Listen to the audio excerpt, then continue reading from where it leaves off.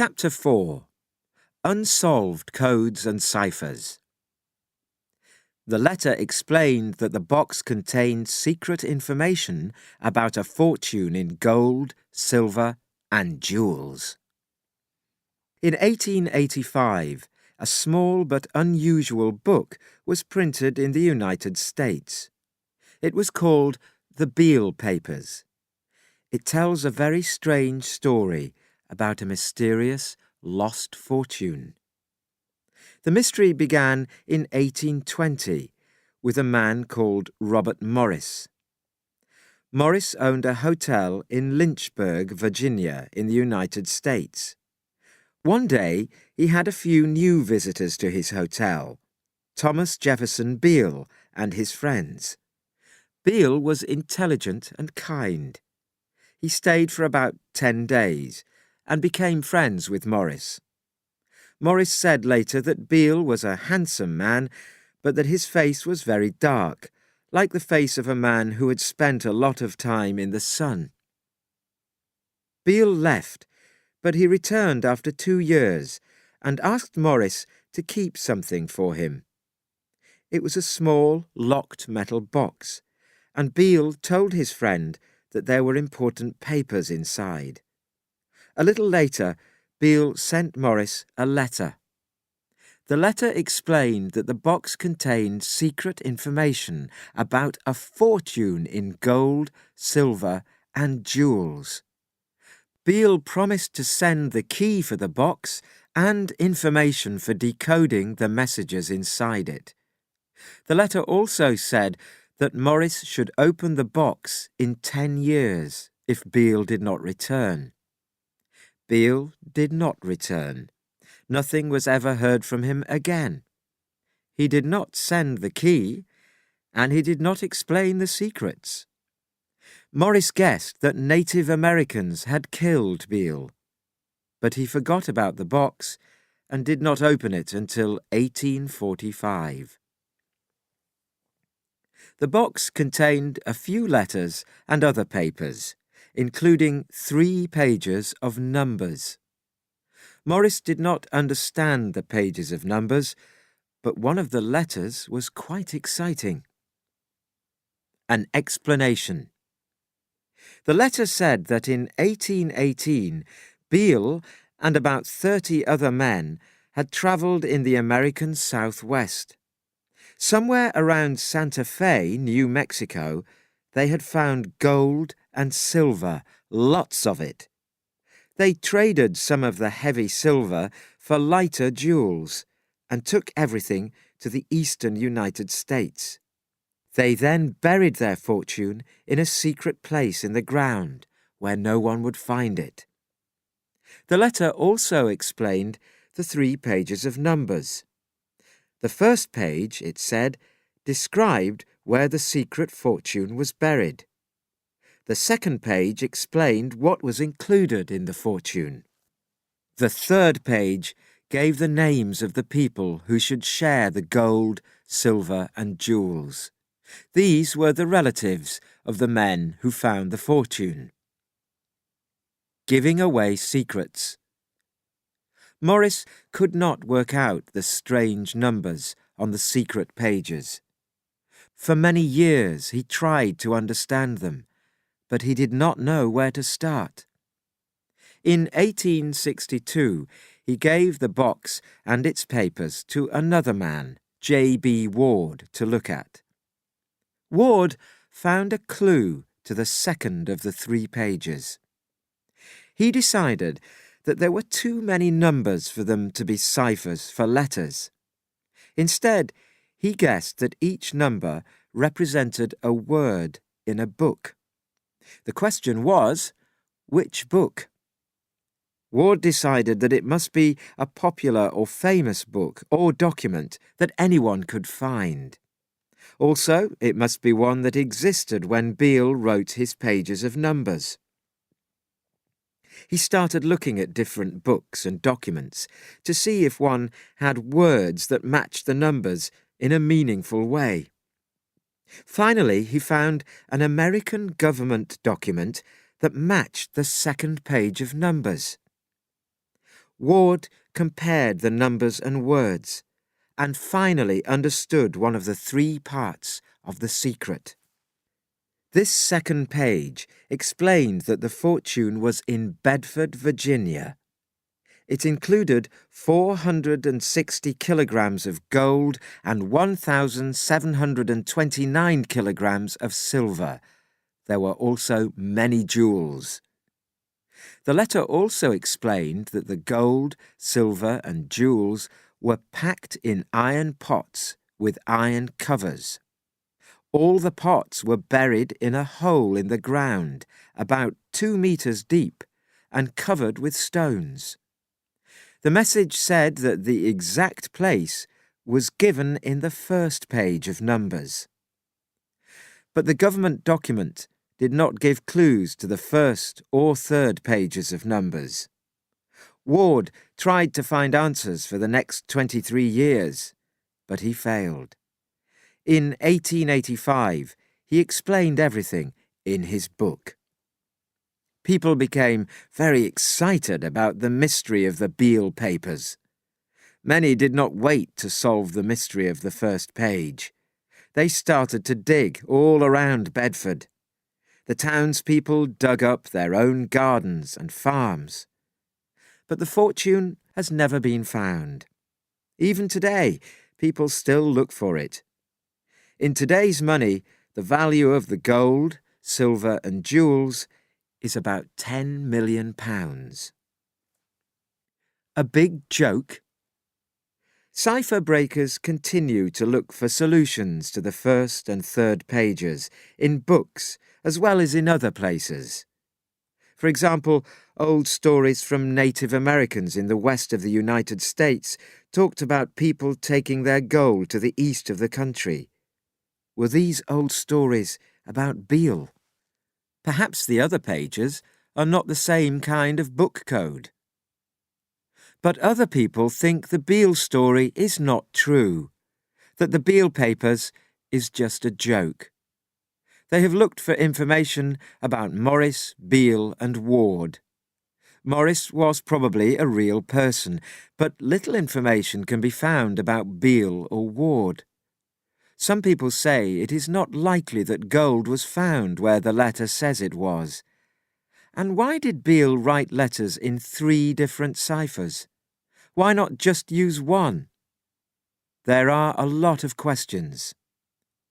Language specialists say that Beale uses words in his letter that were not popular in 1822. Perhaps someone else, not Beale, wrote the letters much later. But why would anyone go to so much trouble? One reason might be money, but not for the fortune hunters. Ward's book was very popular and made him a lot of money. Perhaps he simply made up the story. At the end of the Beale papers, Ward gives some good advice. He warns readers not to waste too much time looking for clues. The Voynich manuscript. 27 years after Ward's Beale papers book came out, an American book collector, Wilfred Voynich, visited an old house outside Rome in Italy. He found an old manuscript that was handwritten sometime around the 15th century. The pages of the book are about the size of this book's pages. But the Voynich manuscript is much thicker and much more difficult to understand. It is completely in cipher. No one has been able to understand it. The Voynich manuscript is also filled with very unusual pictures. Many of them look like scientific drawings of plants and views from telescopes. But there are also many small, odd pictures of women in baths. The baths are connected like the branches of plants. One solution may be to study as many old European languages as possible and search for a cipher that fits. A musical cipher? The British musician Edward Elgar loved puzzles and secret codes. He even put them into some of his music. On the 14th of July, 1897, Elgar sent a letter to Miss Dora Penny, the daughter of a friend of Elgar's wife. The letter included a cipher. Penny was not able to decipher the message, and Elgar never gave her the answer. To guess the meaning, people have looked at what Elgar and Penny both knew about and liked: walking in the countryside, football, horse racing, and music. But Penny was not a very good musician, and Elgar would not send her a musical message that was too difficult to decipher. Elgar died in 1934, and Penny died in 1964. The Zodiac cipher. In the 1960s and 1970s, the Zodiac killer murdered at least 5 people in California. After he killed them, he wrote letters to police departments and newspapers. In his letters, he talked about how he killed the people. He also included messages in cipher. Each cipher was handwritten on paper. Most of the symbols are letters, but some are squares, circles, and other shapes. Some are filled in, and others have dots in them. Some of the cipher text has been broken. We now know that the killer used 7 different symbols for the letter E, and did not have any symbols for some other letters. The killer explained that one of the codes gave his real name, but no one has been able to discover it. There are many unsolved ciphers. Perhaps you will solve them one day.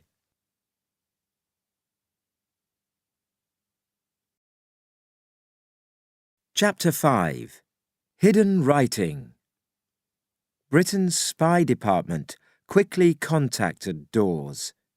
He was not a German spy, and he did not have special information, but his students did. Secret codes and ciphers are not the only ways to hide secrets. Often people do not use secret codes at all. Instead, they hide the messages that they want to send. For example, a Greek king wrote a message to another king on the shaved head of a slave. The slave's hair grew back, and he travelled to see the second king. The second king shaved his head and read the message. This was an unusual way to send a message, and it was not very fast. Secret inks. There are many other interesting ways to hide secret messages. For example, you can use inks that cannot be seen. Most paper money now uses these kinds of inks. When you hold paper money up to a special light, you can read extra information. You can use another kind of secret ink at home. Simply write your message in orange juice or milk and let it dry. The writing should then disappear, and you can send your secret message to your friends. When your friends receive the message, they can warm it gently over a toaster. The heat will make the hidden writing appear again. But be careful not to burn the paper. If an enemy saw a plain piece of paper in the mail, he would wonder what it was all about. So it is better to write a false letter with unimportant information in it. Make the lines of your sentences a little wider and write your true message between them. Cheap messages. Another way to send a hidden message is to write an ordinary message but mark certain letters. Many years ago, it was inexpensive to send newspapers in England, but expensive to send letters. People found an interesting way to save money. They used a needle to make small holes under different letters. The message could be anywhere in the newspaper. You only needed a story with all the letters for your message in the right order. For example, Charlbury's most beautiful garden at this time of year is an old one, Wild Cornbury Park. When the underlined letters are taken out, the message becomes Meet me in London. With spaces and capital letters added, the message becomes clear. Meet me in London. Can you read the message in the lines below? The message could be much more difficult if you also used a cipher.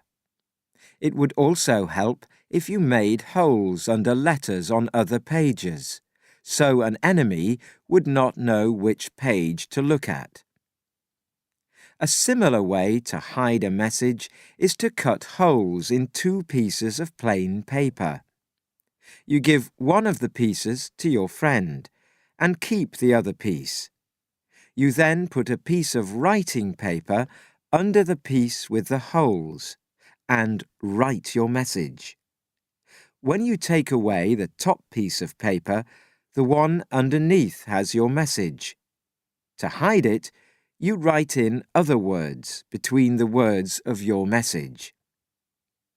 Dear Aunt Mabel, did you hear the news on the radio today? My favourite team will be in town next month, but I can't go. I have to do too much work on the 2nd and 3rd. Oh, see you later. The cat is in the tree again. I will write again tomorrow. Peter. A dangerous word puzzle. In 1945, a British newspaper printed a word puzzle by a school teacher called Leonard Dorr. The answers to the puzzle included 5 unusual words: the name of an American state, an American city, an unusual tree, and the Roman god of the sea, and a word for a leader. It was near the end of World War II, and the British and Americans were worried. These 5 words were all important code words used by their armies in planning attacks against the German army in France. Britain's spy department quickly contacted Dawes. He was not a German spy, and he did not have special information, but his students did. They had suggested the words and helped Dawes write the puzzle. Where did they learn the words? Dawes' students liked to play around a British army camp and had often heard soldiers use the code words.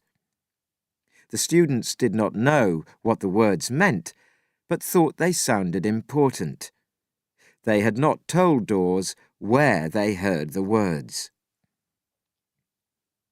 Coded pictures. Not all messages can be written in code.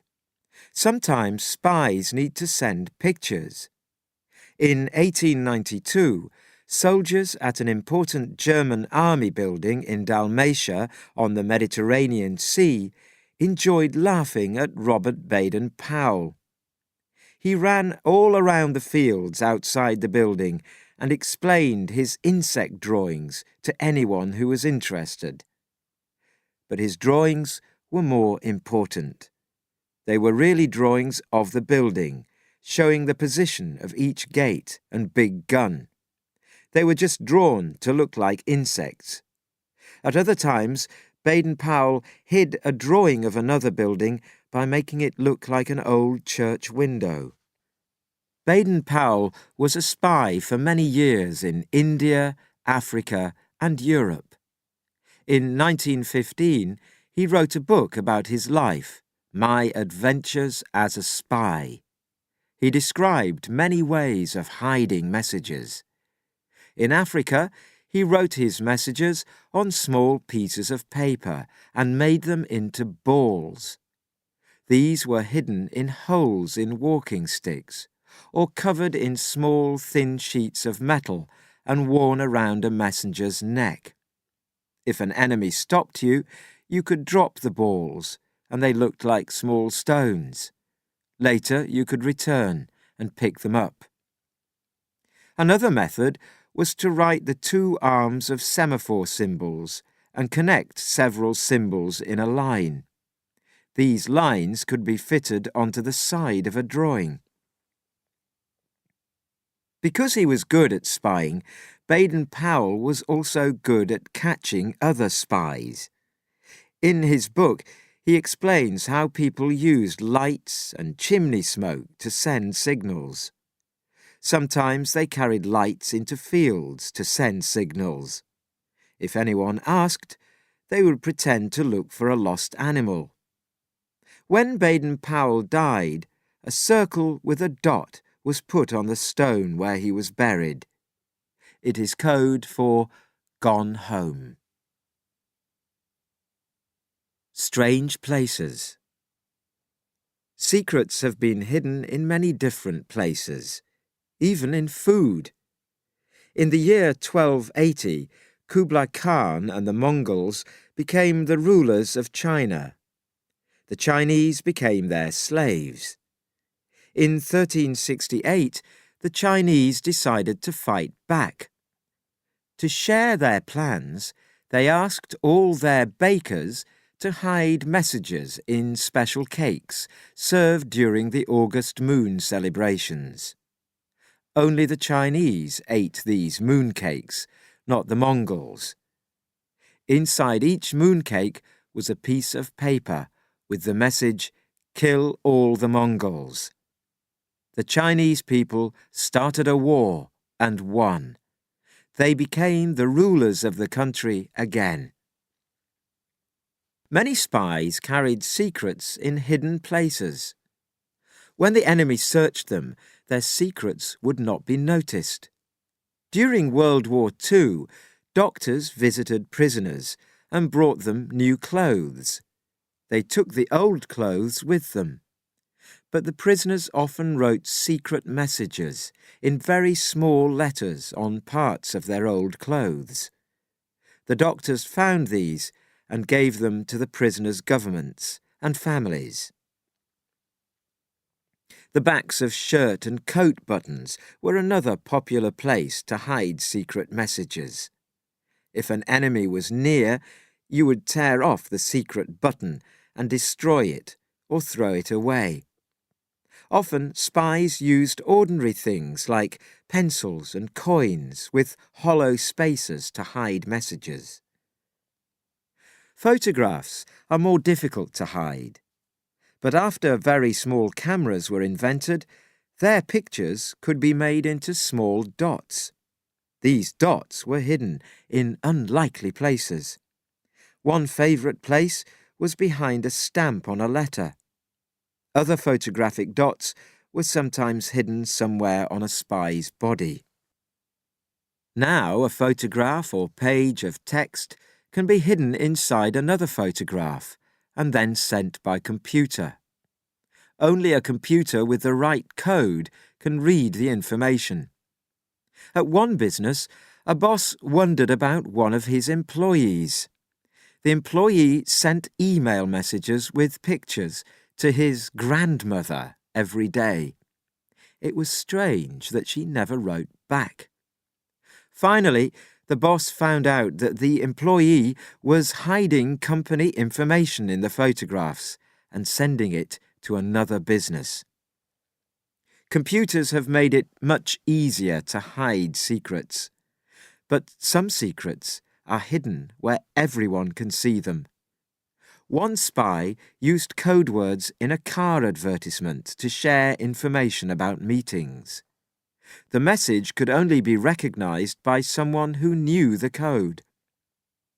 Another spy used colored pins on a telephone post to give different messages.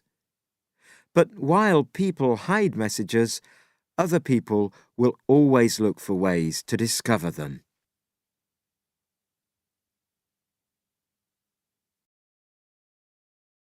Chapter 6. Secret Symbols.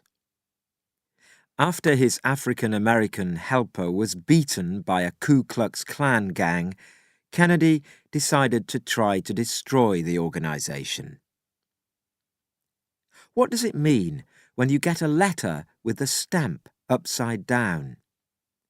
It may just mean that the sender was in a hurry, but in some countries, like China, it is a sign that there is a love letter inside. We are surrounded by secret symbols. Many people never notice most of them. When you get in a lift, you will see a few rows of raised dots next to the buttons. You may know that they are for the blind, but what do they mean? Writing for the blind. The dots are a way of writing called Braille. It is named after Louis Braille, the man who invented it. Braille was born in a small town near Paris in 1809. His father made shoes for a living. When Braille was 4 years old, he went into his father's shop and tried to make some shoes. He took a pointed metal tool and made holes in pieces of leather. Braille had an accident, and the tool went into his right eye. Soon after that, he lost sight in the eye. This was bad news, but it got worse. Braille slowly lost sight in his left eye. He was now blind. For 2 years, Braille still went to the local school, but he was not learning anything and could not read or write. Braille finally went to a special school for blind boys in Paris. The school was like a prison, and the boys were badly beaten for the smallest mistakes. They learned simple jobs that they could do without using their eyes. The students did not learn how to write, but the school did try to teach them how to read. There were few books for the blind, and they all used raised letters on the page. But it was difficult to read them, because the letters all felt too similar. In 1821, Braille met a soldier called Charles Barbier. Barbier had invented a way for soldiers to communicate at night without speaking or using lights.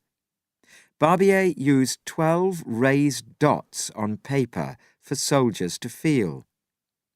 But the cipher was too difficult for soldiers to learn or remember. Braille thought he could make it simpler to help blind people to read. He used different arrangements of 6 dots for writing letters and numbers, and even invented dot ciphers for mathematics and music. Braille's alphabet for the blind was not an immediate success. Braille became a teacher at his old school, but another teacher refused to allow his students to learn it. But the students loved the new and easy way to read. They began learning it in secret. Blind people everywhere liked to write messages in their own Braille letters. Braille writing is now found around the world, on everything from buildings to paper money. Hobo signs. Hobos are not so common now, but there used to be a lot of them in North America. They were mostly men who travelled from place to place to find work. Often the cheapest way to travel was to jump on a train. But it was against the law, and it was dangerous. The train companies did not want to give free rides to hobos. They hired gangs of strong men to get rid of them. Sometimes the gangs killed the hobos. Sometimes the hobos fell under train wheels as they tried to escape, or they froze in winter. When hobos went to a new place, they left signs around the town to share information with other hobos. These signs were usually small drawings near the door or gate of a house or business. Most people did not notice them. If they did, They might think that the signs were accidental marks or simply children's drawings. In this way, the hobos shared information about food, work, and dangers. The Underground Railway. From 1861 to 1865, armies from the north and south of the United States fought each other. The war was mostly about African American slaves. Many people in the South wanted to keep them as cheap workers, but many people in the North wanted the slaves to go free. During this time, slaves escaped from the South and travelled to the North on the Underground Railroad. The Underground Railroad was not underground, and it was not a railway. It was a group of people who helped slaves escape. It was dangerous to escape and dangerous to help slaves. These helpers had many secret ways to tell slaves where there was a safe house for them to rest. One way was to hang colourful blankets on their washing lines. These colourful blankets had interesting patterns. Most people thought that they were just pretty, but slaves knew what the patterns meant. A pattern of flying birds showed the best direction to take for an escape to Canada, the first country in the world to make slavery illegal. When the Underground Railroad was ready for more slaves to escape, the helpers put out blankets with pictures of wheels and tools on them. The wheels meant that it was time to go. The tools meant that the slaves should bring tools to help them. Some tools could help them find new work. Other tools could be used for protection. There were many signs for danger. One pattern warned slaves to change direction often, like a person who had drunk too much alcohol. Superman and the Ku Klux Klan. After the southern United States lost the war against the North, many people were unhappy that slaves were free. 6 white men from the American South decided to start an organization called the Ku Klux Klan, or KKK. At first, they just met, talked, and played games. But soon, the group also began to terrorize and kill freed slaves. The KKK became very powerful. It did not cost very much to join, but a lot of people, mostly men, did join. They paid a small amount of money that went to the leaders of the KKK. These leaders often used the money for illegal activities. By 1920, 4 million white Americans belonged to the KKK. Stetson Kennedy was born in 1916. He was an American writer who often wrote about African Americans, and he hated the KKK. After his African American helper was beaten by a KKK gang, Kennedy decided to try to destroy the organization. He started by writing about it, but few people were interested. Most thought that nothing could be done to stop the KKK. In the 1950s, Kennedy decided that he should work against the KKK from the inside of the organization. He joined under a false name, pretended to be a good member of the group without hurting anyone, and learned all about the KKK. He gave secret information to the police, politicians, and newspapers, and he wrote more about the organization, but little was done about it. Then Kennedy had an idea. Would he be more successful if he could make everyone laugh at the KKK? He contacted the makers of Superman, a radio show for children. Were they interested in a new enemy for Superman to fight? They were, and Kennedy gave them all the Klan's secret code words. The writers of the radio show and children loved the new story. Soon KKK members' own children were playing Superman and KKK, and the KKK always lost. When the leaders of the KKK heard their code words on the radio, they quickly changed them.